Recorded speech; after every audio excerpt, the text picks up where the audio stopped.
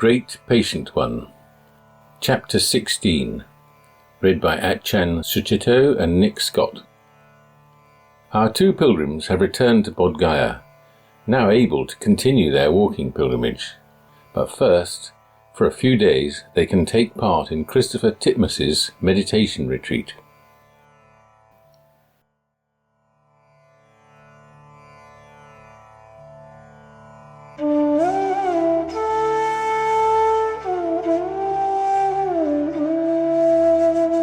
Chapter 16. Saints, Monks and Sages.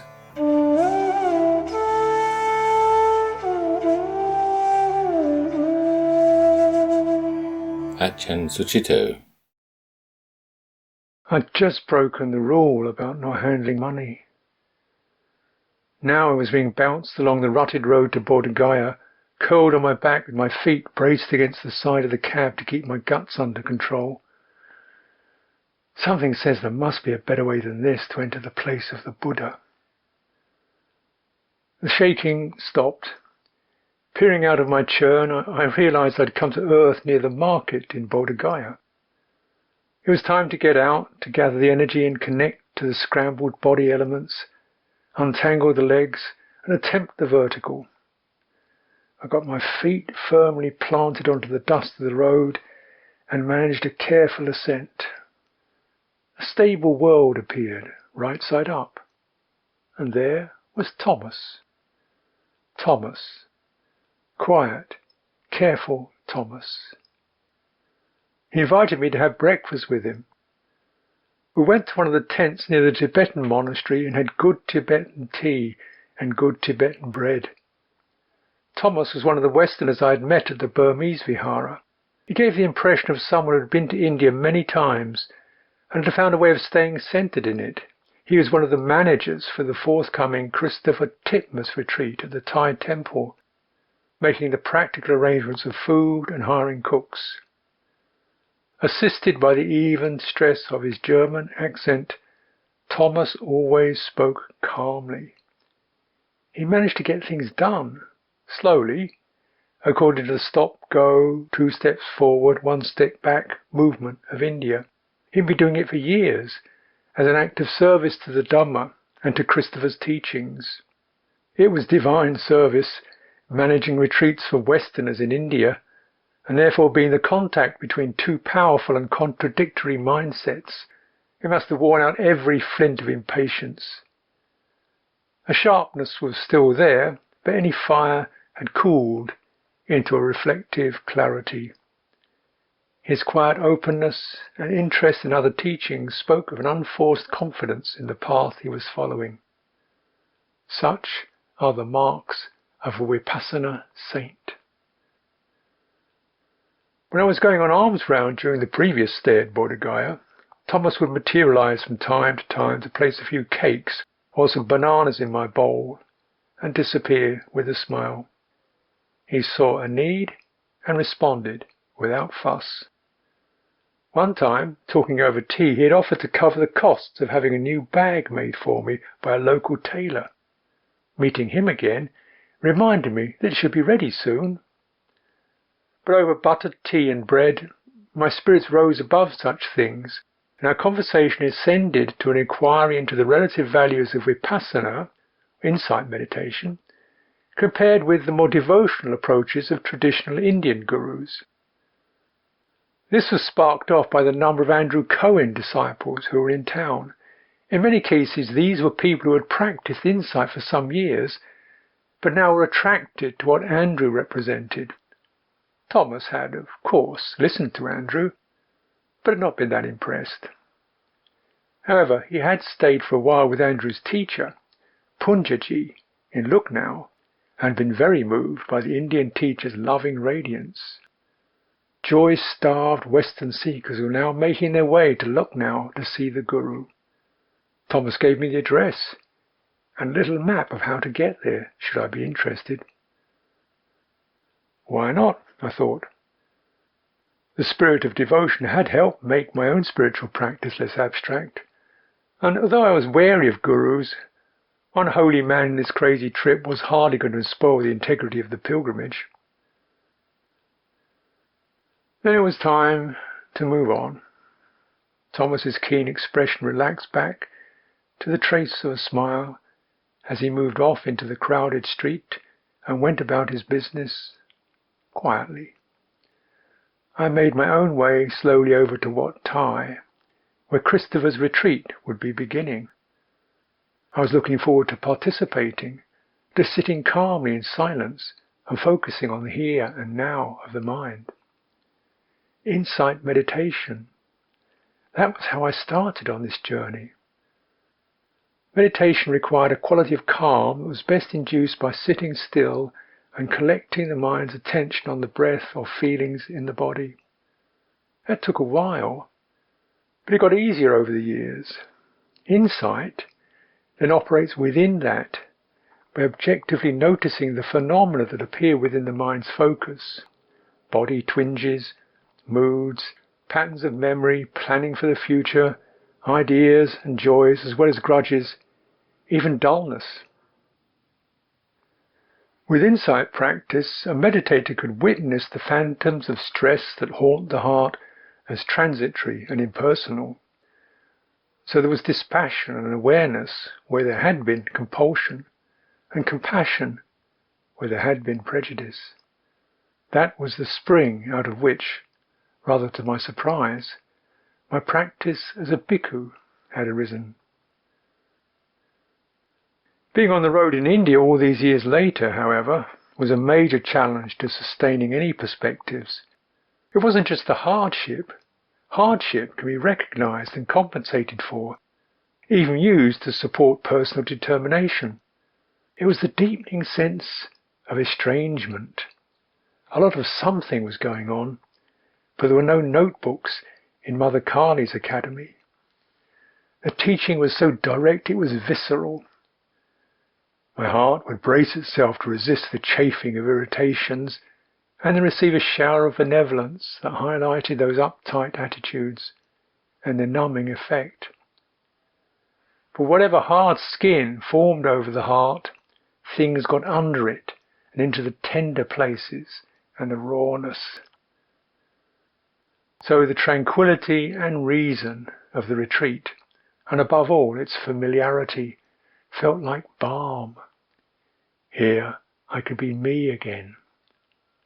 After all this being bounced around, it was high time to get my feet back on the ground, to recenter and review. Christopher greeted me warmly with a few words of Thai and his hands in Anjali when I wandered around the section of the Wat that would accommodate the retreat. He'd been a bhikkhu in Thailand for about 6 years, and his connection to the Thai Sangha, as well as the strong association with the Buddha that Bodh Gaya obviously conveyed, were among the reasons for his having held a retreat here every year since disrobing in 1976. However, his teaching didn't indicate such an underlying feeling for tradition. His approach was antipathetic to ritual and used questions and dialogue to heighten inquiry. Free thinking, the spirit of inquiry, and engaged were the catchphrases that one associated with Christopher. In fact, he rejected such terms as Buddhist and even meditation as being too loaded with outdated values. But though I might have seemed out of place among the ragged bunch of Westerners who were already moving in with gypsy determination, he welcomed me to take part. I was something strange to the Thai monks also. They were nervously polite when I appeared in the bhikkhu section and settled on accommodating me in a room with Pra Apichat, one of the resident monks. But there would be no room for Nick. Perhaps the many vacant rooms of the Wat were being reserved for the Thai tour groups, who were the raison d'être of the monastery. I wasn't about to argue. There were question marks hanging over every event on this trip. In fact, the strangeness was acquiring a sacred quality. Where everyone feels themselves to be a stranger, contradictions can coexist.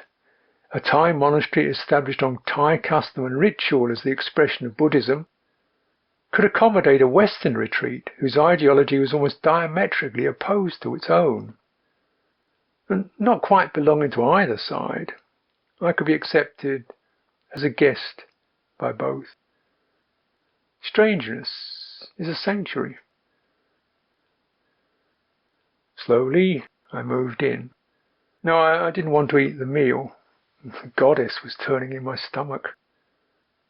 However, she surely would have approved of Pra Apichat's room. It was a shrine to chaos.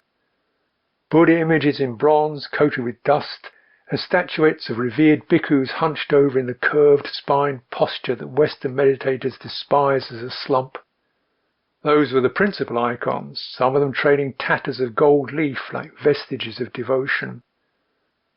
They nestled as best they could on the uneven pile of robes from Thailand, many still in their cellophane wrappers, and blankets and cushions jumbled wherever they had been set down.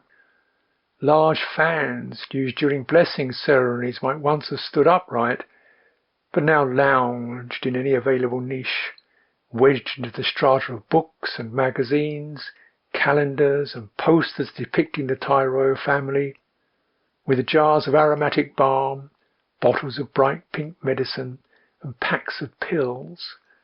They offered protection from all the pains of existence. Brass dishes, overlaid with the begrimed magma of long-extinct candles and wrapped in coils of mala beads, represented the contemplative aspects of the faith. The entirety was lavishly garlanded with skeins of sooty cobwebs. There was room for me here, I was assured, as I unearthed a simple plank bed. For my part, I struggled through some disjointed conversation with Apichat, who seemed a little bit strange, and began counting the hours till I could get out and over to the retreat. The retreat blazed outside with youthful ardour. Along the verandas that ran around the meditation hall, people had pitched their mosquito nets and bedding on bales of rice straw. Never mind the rain that began to patter down and be gusted under the overhanging roof. The eagerness repelled the shower as easily as a hot plate. There was a packed audience of nearly 100 Westerners in the room for Christopher's introductory talk. The veterans were eclectic seekers who'd read or seen Krishnamurti and Chogyam Trungpa, and sat with Vipassana saints like Munindraji, Goenkaji, Joseph Goldstein, or Christina Feldman. Many had done several retreats before with Christopher. With blankets draped around their shoulders against a damp January night, they were settled in half or full lotus posture on special meditation cushions, or squatting astride meditation stools that support an upright sitting posture. Although some of the retreatants were garlanded with beads, or other materia indica as indications of their familiarity with the East, the room was unadorned, a Vipassana workplace, no candles, incense or shrine, or even chairs.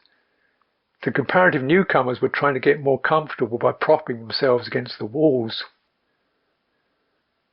Christopher's opening talk was reassuring. Although it was mostly about maintaining silence and not smoking because of the fire risk, even this was delivered with a sense of earnestness that was invigorating. Here was reason. Here was the opportunity to work towards a goal that was definable and life-enhancing, clarity, living in harmony with oneself and others, plus a good taste of something wonderful. All this was delivered in a crisp British accent with its surging stress that underlined each truth before tailing off into understatement, throwaway remarks, and gentle self-mockery. His body bobbed up and down to the rhythm of his speech, with that emotion helping to pump them out. Even simple instructions acquired a driving sincerity. Saint Christopher, faithful guide to those on the path. I could feel my mind firm up. Things continued to flow along nicely. That very evening, Katie, who was helping to manage the retreat, offered me Ayurvedic medicine, and the sickness abated, the way it should do. Then Nick arrived triumphant from Calcutta on the afternoon of the retreat's second full day. He got all the documents, passport, visas, airline tickets, and was in good spirits. "I've got something for you, Bunty," he said with a particular shine in his face, and pulled out of his bag some small object. His hands opened to reveal a Buddha image, or at least it looked like a Buddha. Or was it some Buddhist angel, or some deva? Or maybe it was a yucca, one of the demonic spirits who could be friendly if treated in the right way, that peer into the Buddhist world from the fringes of its cosmology. I'd never seen anything quite like it. For a start, apart from the obvious feature of a head, the shape was an indeterminate blob that approximated to a body sitting in the meditation posture with a vague suggestion of arms resting in its lap. The head tapered upwards into a spike, presumably either a headdress or a flame symbolizing its aura. That was not so odd as the way that the spike was tilted in a rakish angle to the right, giving the figure a slightly drunken or battered feel, which was echoed by the face. What a face! Again, not very clearly defined, two puffy, half-closed eyes that looked almost sinister, a nose squashed in like a prize-fighter's, but with a great triumphant smile beaming out of the crude dark metal. This was a totem of survival. I turned him over in my hand. What an icon! I'd never come across an image that felt so much like myself. It had probably been cast in bronze, but so crudely that flakes and gritty lumps roughened the surface. He was unpolishable and therefore perfect. Whether he was part demon, part angel, bodhisattva, or whatever, he was Buddha to me. I was delighted.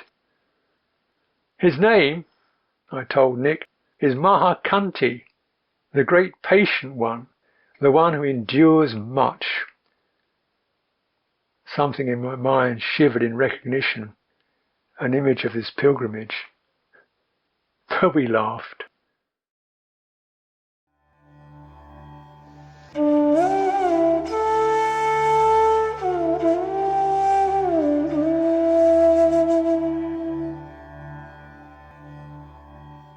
Nick Scott. The first I knew about Andrew Cohen coming to Bodh Gaya was when I met a girl sitting in a tea shop outside the Burmese Vihara the day before we left for Calcutta. Over the previous few days, I'd noticed groups of smiling Westerners wearing bright Californian colours who hadn't been there before, but I hadn't realised the reason. This girl was sitting at my table and looking a bit lost, so I started a conversation. She told me how she'd come to see Andrew, and that she'd been a follower of his, but had then become disillusioned the year before because of the problems it was causing with her partner and with her parents. Since then, though, she'd been having second thoughts, so she was here to see Andrew again, to see what effect that would have. She seemed a slightly forlorn creature, very unlike the vibrant followers I'd been seeing around Bodh Gaya. She told me that these were the forward scouts, sent on ahead to rent a couple of houses, one for Andrew to stay in, and the other for the followers travelling with him. I'd already heard a lot about Andrew Cohen. He'd been a long-term student in the Vipassana movement, for which Christopher Titmuss was one of the teachers. He'd then had an experience of awakening while with the Guru Sri Punjaji in India, which led him to also become a guru.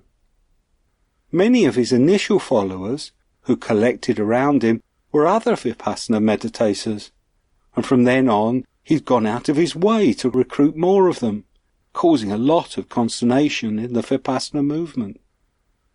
The retreat organisers reckoned it was no coincidence that he was due to arrive in Bodh Gaya just 2 days before the retreat started.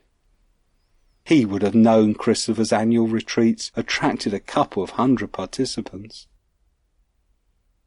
When I returned from Calcutta, I found it amusing to spot the divergent groups of Westerners. The Vipassana students were serious-looking, and either on their own or in twos or threes. Andrew Cohen's followers were in large groups and full of laughter. Amongst them, I spotted the girl I'd met, now happy and relaxed. She even seemed to be wearing brighter clothes. By then, Andrew Cohen was holding satsang in the front room of the house rented for him. This is an Indian tradition where just having an audience with a spiritual teacher is believed to have a great benefit for the followers. Andrew Cohen used the satsangs to dialogue, particularly with anyone new to the meetings. I suggested that we went along to an evening session just to see what he was doing, but Ajahn Sucitto felt it inappropriate. He said it would be different if he were going out of interest in the teaching, but not just to watch as a spectator. So I let the idea go. But I did get to meet Andrew Cohen a year later at a Buddhist monastery in New Zealand. His followers had arranged for him to visit so he could dialogue with the abbot in front of an audience of his local supporters. The abbot had other ideas, however, and Andrew met a group of monks, none of whom said they were the abbot, plus us two laymen staying there. I found Andrew a fascinating character. He'd obviously had a profound spiritual insight, and he was charming, eloquent, and persuasive in talking about it. And I was impressed with his dialogue. That is, until one of the monks asked some questions of his followers. There were 7 of them there, 6 of whom were women, and they were all wearing that same colourful clothing I'd seen in Bodh Gaya. Andrew tried to answer for them, but the monk wasn't having that. So the women started speaking for themselves, and each one then gave an account that turned on the line, "And then I met Andrew." The way they said it seemed more at home in a romantic novel than a Buddhist monastery. The only question I asked him was how he dealt with so many people idolizing him. Andrew said it wasn't a problem. He was just something he had to watch and not buy into. For me, that was the least impressive answer he gave to any question. I only had to reflect on how pleasant having just one person fall in love with me could be, to realise that it had to be more difficult than that. The following evening at the monastery, one of the monks was asked to give a talk. He spoke eloquently about how destructive the relationship between teacher and pupil can be in the spiritual life. He himself had suffered from it several times. He had little belief in himself, like the girl I'd met at Bodh Gaya, and so was inclined to put someone else on a pedestal and look to them for guidance. He'd done it with several of the senior monks, and each time the result had been disempowering. It set him like concrete in the role of the pupil, he said, never able to think for himself. My problem with Andrew Cohen was how he allowed people to worship him in that way. That and the constant talk of his enlightenment.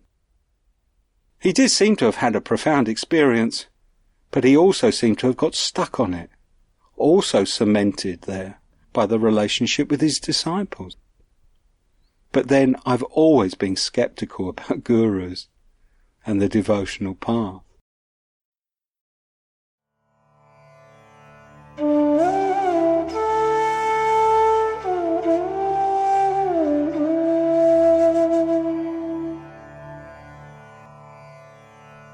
Ajahn Sucitto.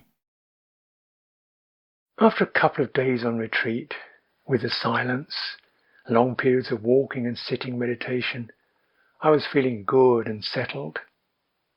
I thought to take a brief break to check up on the bag that Thomas was having made for me. It had been over a week since I'd chosen some cloth and drawn up a design. Talking things over with the tailor, I'd explained it all slowly and in detail, and asked him if he understood and whether it would be possible for him to sew it. Otherwise, I could sew it myself. He was taciturn, but glanced at the pattern, took the cloth, and waggled his head without looking at me. "But I must have it in 1 week's time," I said. "I have to leave Bodh Gaya. Can you do that?" "Acha," he mumbled. and then turned his attention back to his work. On returning from Calcutta, I'd gone to see him. 6 days had passed. He had his head down, chewing betel nut over his sewing machine in the tiny shop. I'd made tentative inquiries. The bag? Any difficulties? Any questions? He kept his eyes on his work and grunted, "Okay." And would it be ready tomorrow? He fiddled with his machine and made a dismissive gesture with his hand. So next day I turned up with Nick to pick up the finished item. He pulled out the cloth and the pattern and began studying it. He hadn't even started it, hadn't so much as glanced at it. My temper snapped. Even worse, Nick found it all amusing and brushed me aside to deal with the tailor in a calm and friendly way. "This is India, Bunty. You can't expect things to get done on time." "But it's not the bag. It's about being honest." But Nick wasn't listening either. He turned his attention to the tailor and was explaining the design to him in details. "Put a zip here, and—" "Very good. We will come tomorrow." Acha. In fact, where was Nick going with this whole thing? Wasn't his pilgrimage supposed to be about supporting the here and now spirit of meditation? I just got settled in for the first time in months, and meanwhile he'd already made preparations for our departure.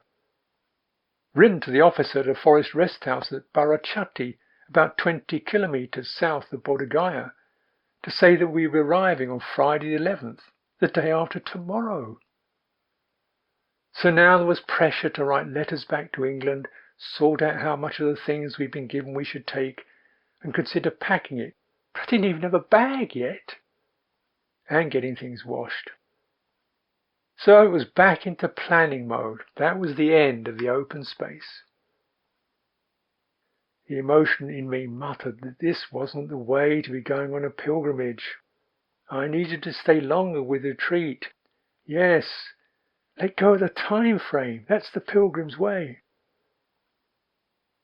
Meanwhile, back at the lodgings, Prior Apichat had gone rather strange. He spent most of the night sitting up, gazing at a candle flame, and then disappeared in the morning to return later wearing an imitation leather coat with handfuls of money and meditation beads in his pocket.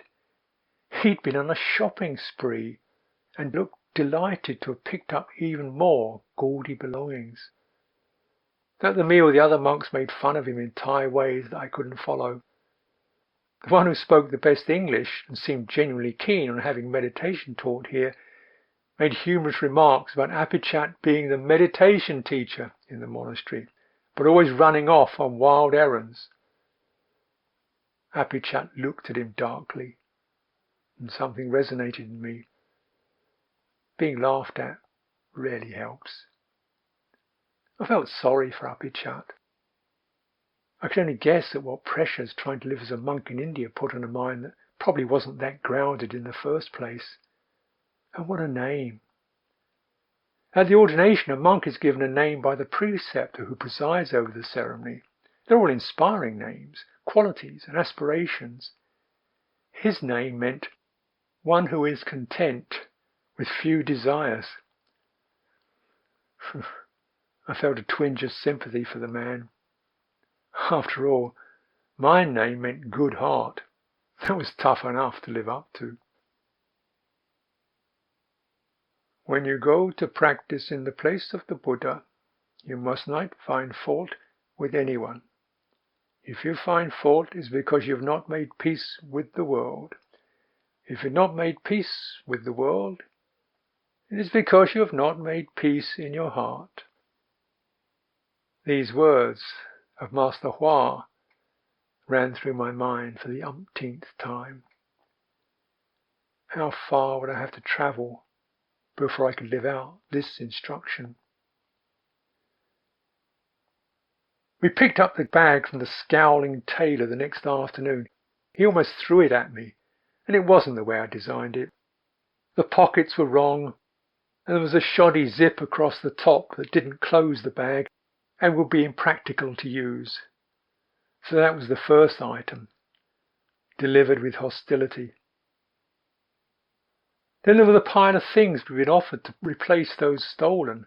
There were 2 sleeping bags. I chose the almost unlined one that Sister Tanissa had passed on. Though inferior, it was smaller. There was a sweater and a woolen hat given by Sri Lankans, a pair of Sister Tanissa's old socks, and a blanket that Nada had bought me, useful on the cold nights.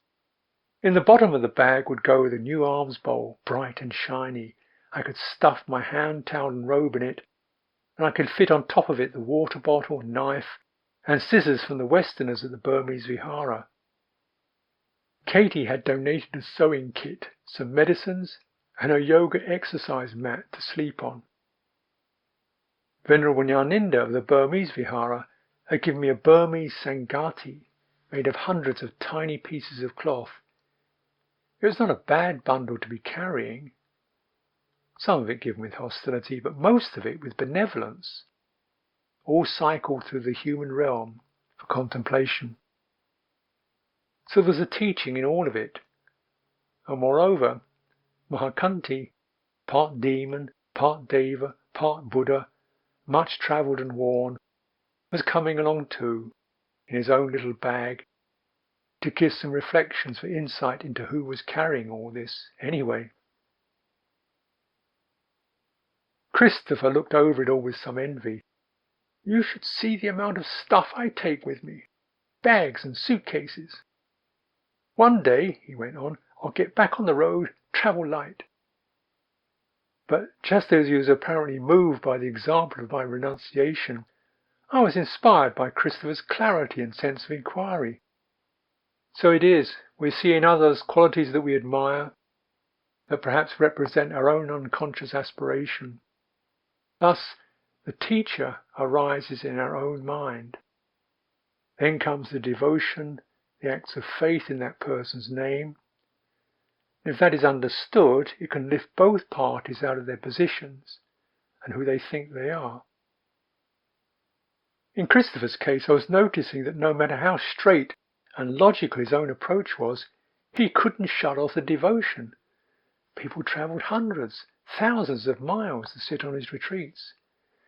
When he had tried to be fair and share his retreats equally with other teachers, students had complained, and he had had to promise to give a larger percentage of the talks. Dhamma had obliged him to transcend his own ideology, and now he had to live with a character called Christopher Titmuss, whom everyone could see but himself. As for me, people kept treating me like a hero. The story of the robbery had got round the retreat. But how could I say that the action of offering my life was no more mine than losing my temper at the tailor or getting sick in Calcutta? Having set your mind into certain patterns, good or bad, things happen by themselves. To continue on the pilgrimage into the unknown was nothing heroic. It was the only real option. To keep walking away from the familiar, the patterns and processes that affirm my identity, away from the Buddhist holy places and into my own uncharted landscapes. And that was actually part of the tradition.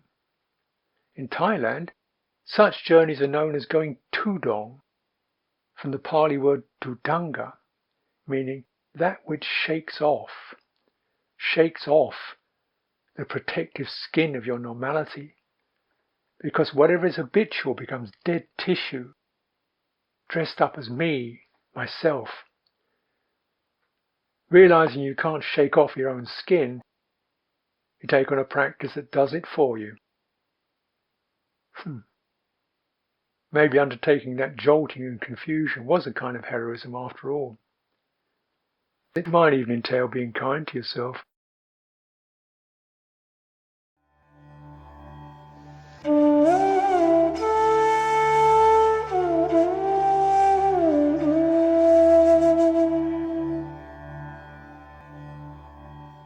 Nick Scott. Christopher reminded me of the journalist Malcolm Muggeridge, who used to be on the television when I was young. He would screw his body up in the same way and ask questions with that same intensity of feeling. But why do you feel you need to know this? Sincerity oozed out of him, both during his evening talks and the periodical sessions of self-inquiry on the retreat, when he invited the participants to ask questions or talk about their experience, and then turn their questionings back on them, so they could find the answer for themselves. This sincerity also applied to dealing with Andrew Cohen. On the second morning, Christopher announced he had heard that some people had left the retreat the evening before to go to Andrew's satsang. And I have been told that they left before it had finished. This is disrespectful to a spiritual teacher. If you go, it is important that you must stay to the end. And this despite the fact that Andrew was trying to recruit them. On the fourth day of the retreat, Christopher invited us to his room to take part in a group dialogue with himself, the other two teachers, and Thomas, Katie, and a Zen monk. It did seem a good idea, except Christopher would insist on keeping to his role of the investigating journalist, which made it rather unbalanced. We sat in a circle, cramped into his small room, and most of the time the dialogue consisted of Christopher putting us on the spot by turning anything we said back on us. With me, his interrogation was all about why I was supporting monks, and how surely I was failing to do anything for myself. My attempt at justifying what I was doing was pretty poor. When he got to Ajahn Sucitto, however, he'd met his match. It was like an intellectual prize fight, staged for one of those refined discussions we get in Britain on BBC Radio 3. They went to and fro around the value and meaning of discipline and how it related to inquiry.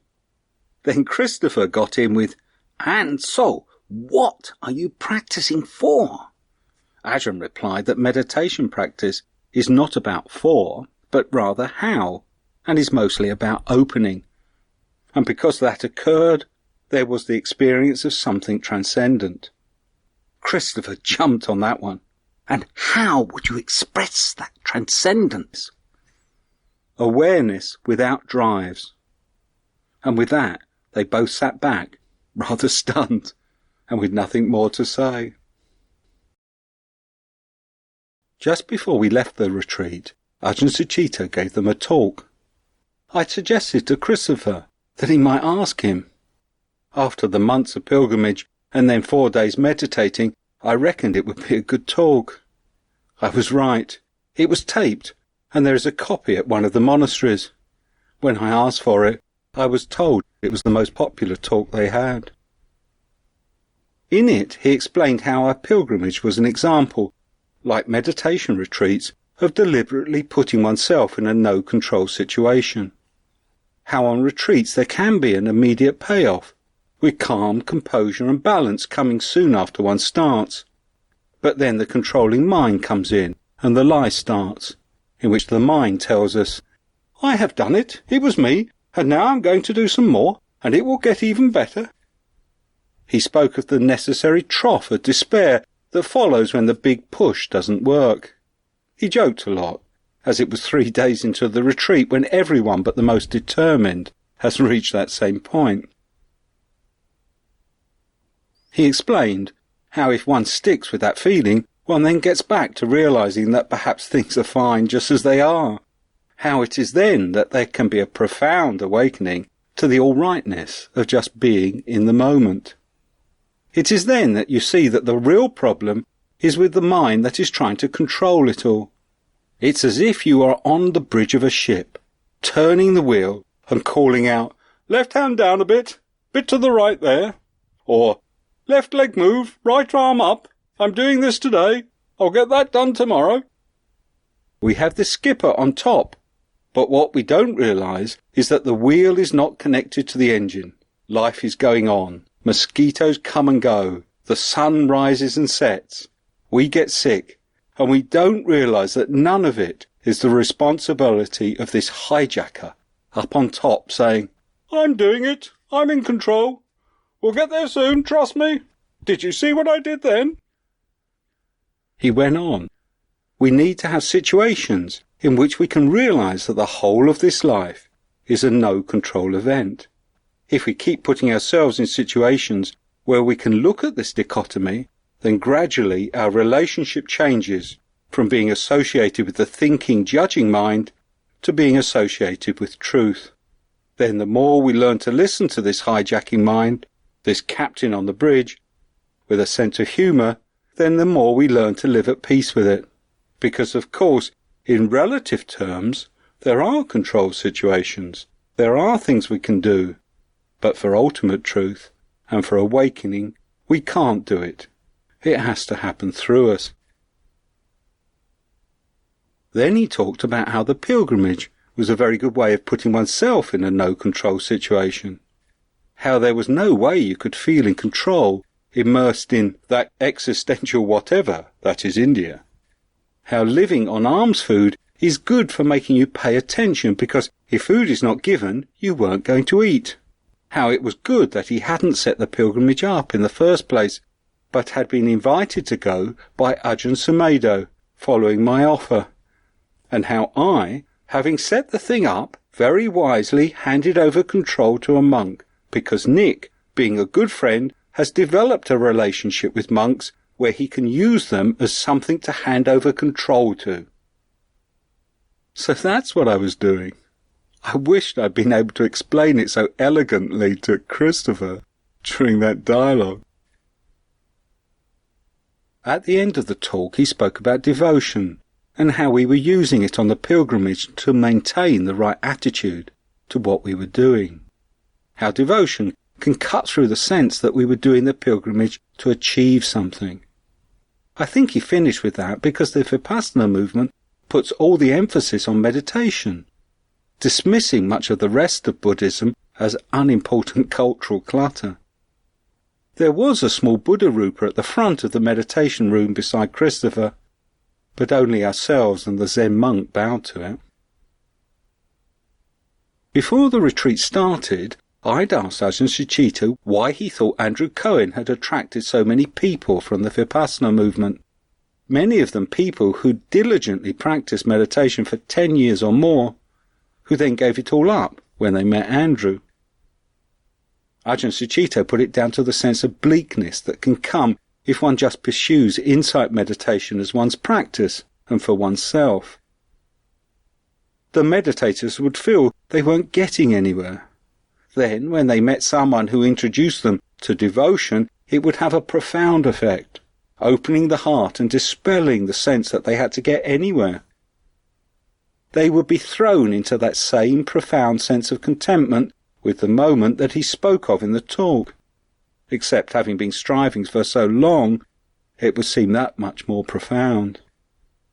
Then they would confuse the effect with the wrong cause and follow Andrew.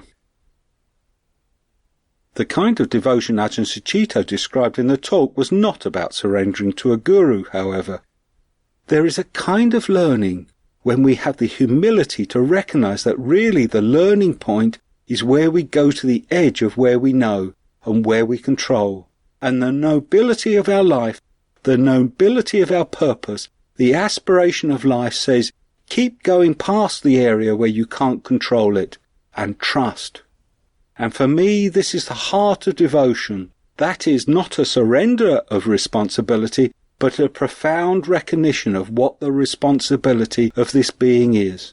To live in accordance with truth, to honour truth, and trust the truth of our life as it is.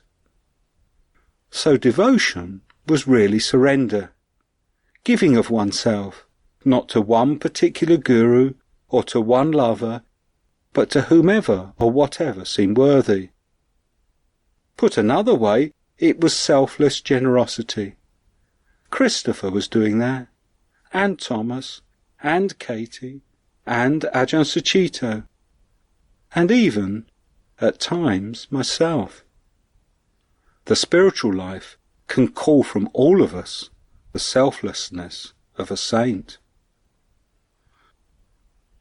That talk was given on the morning we left. From then until our departure, various retreatants came up to both of us to say how much they'd appreciated it, and how they'd like to help our pilgrimage. We were given small sums of money, little gifts to take with us, and there were special treats from the cooks on our dinner trays at the mealtime. Christopher gave me $150 from himself and the other teachers. That doubled the amount I had available for the rest of the walk. Then, having tidied up, we left quietly. When everyone was resting after that meal, just one meditator spotted us going and ran after us to thank Ajahn Sucitto and to give him a small bunch of flowers picked from the garden.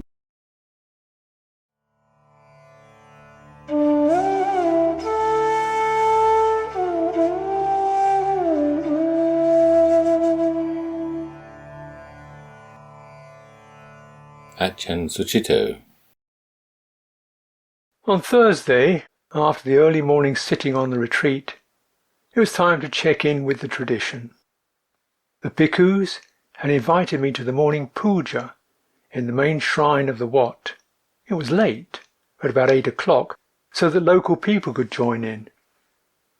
But I felt it was important to honour the sense of Sangha by attending. We entered the elaborately fashioned temple building through the back by the enormous shrine itself.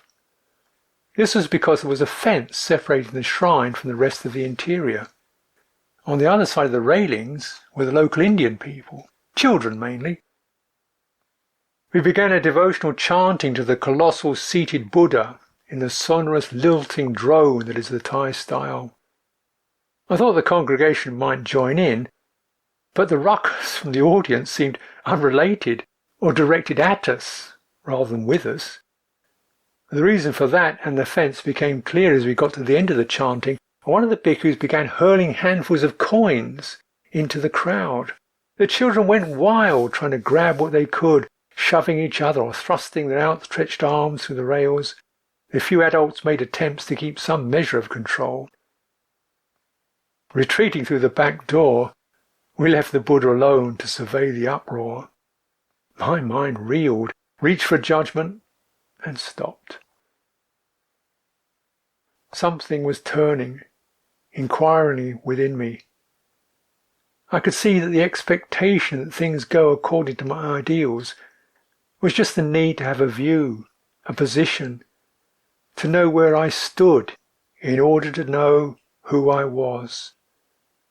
But actually, there was no need to have a position. Things were just the way they were right now. And for me, the bizarre, a place of total strangeness, felt like where I belonged, just because it went against the desire to have things be the way they should. It was that desire that alienated everything. Instead, I felt these bhikkhus needed some kindness.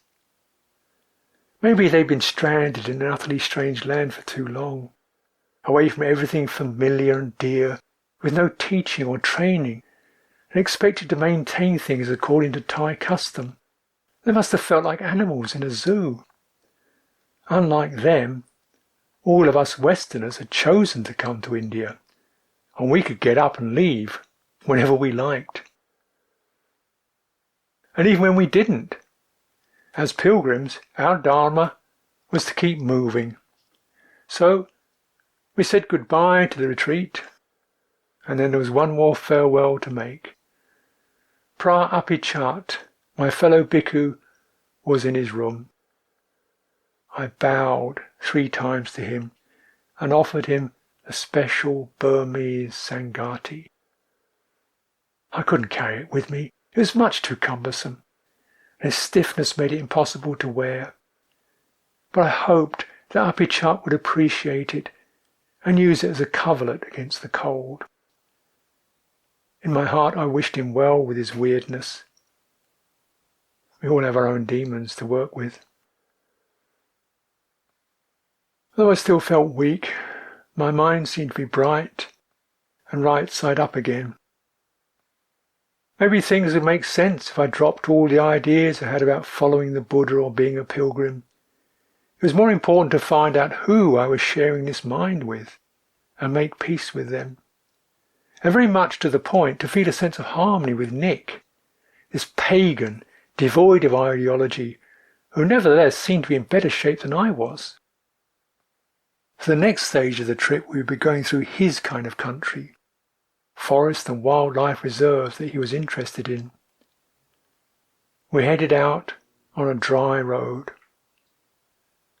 After a last glance at the Mahabodhi temple, and finding no letters awaiting us at the post office, we turned right at the market and took the dirt road south, running parallel to the river. In that arid land, people seemed unfriendly, but quiet. The way felt a lot longer than it had sounded. Waves of anxiety lapped at my attention. Then things began to blur with fatigue.